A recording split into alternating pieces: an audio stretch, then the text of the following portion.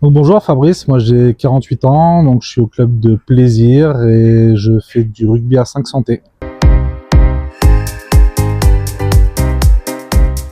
Donc en fait aujourd'hui sur le club de plaisir, on a une section santé qui existe depuis 3-4 ans. Donc il n'y avait pas encore de formateurs ou d'entraîneurs qualifiés pour cette discipline. Donc l'année dernière, suite à une grosse blessure qui m'a obligé à m'éloigner un peu des terrains en tant que joueur, m'a donné envie de passer côté entraîneur et d'avoir ce diplôme et d'être la personne référente du rugby santé sur le club de plaisir. Et tu sais, on se met contre chacun un ballon et on se passe le ballon un peu comme on a fait là en fait. On change de sens. Comme ça, après l'échauffement, ça permet de faire redescendre un peu tout le monde et de reprendre en fait que les gens soient reconcentrés sur ce qu'on est en train de faire en fait.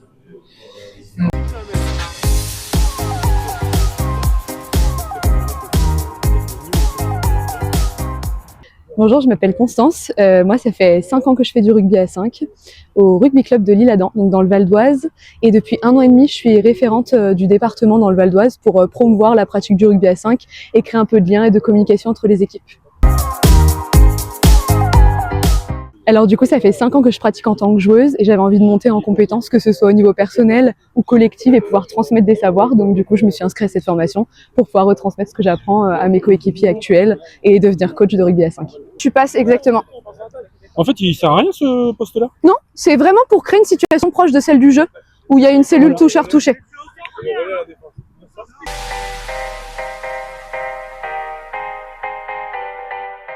Je m'appelle Yoann Sartori, je suis joueur et entraîneur pour le club du RC Vincennes. C'est parce que pour 2 raisons. D'une part, j'ai envie de me perfectionner dans mon rôle de coach, d'apprendre des nouvelles manières d'éduquer le rugby à 5, et aussi parce qu'on est un groupe de coachs super soudés au RC Vincennes et ça nous permet d'alléger nos emplois du temps et de prendre le relais quand certains sont pas disponibles. L'objectif, c'est de développer la partie compétition et de vraiment emmener un groupe de joueurs à être compétitifs et pouvoir participer aux compétitions et aux tournois de l'Île-de-France le plus régulièrement possible. C'est au bon endroit. Il faut qu'il pense à lever la tête pour aller voir là où est l'espace disponible. Parfois, c'est pas forcément là où est tombé le ballon. Ça peut être au large en fonction du déplacement, mais il faut bien communiquer parce que souvent, on fait pas le bon choix et on s'enferme dans la défense et on profite pas de l'avantage qu'on a à récupérer le ballon sur le 6e touché. C'est surtout sur les aspects techniques et aussi sur les aspects pédagogiques, sur comment transmettre et pouvoir aider au mieux dans le coaching. Moi, le but à terme, c'est d'être entraîneur santé, donc passer aussi le 2e niveau. Donc forcément, on commence par le premier avant de passer le 2e.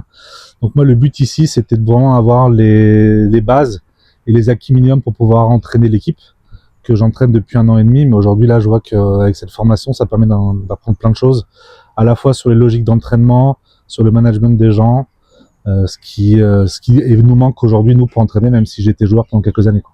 Le BF, ça m'a permis d'apprendre des méthodes pédagogiques pour construire un entraînement sur mesure en fonction des objectifs qu'on veut, des choses qu'on veut enseigner aux joueurs avec lesquels on joue, et aussi de comprendre leurs attentes et de les faire progresser en fonction de leur envie.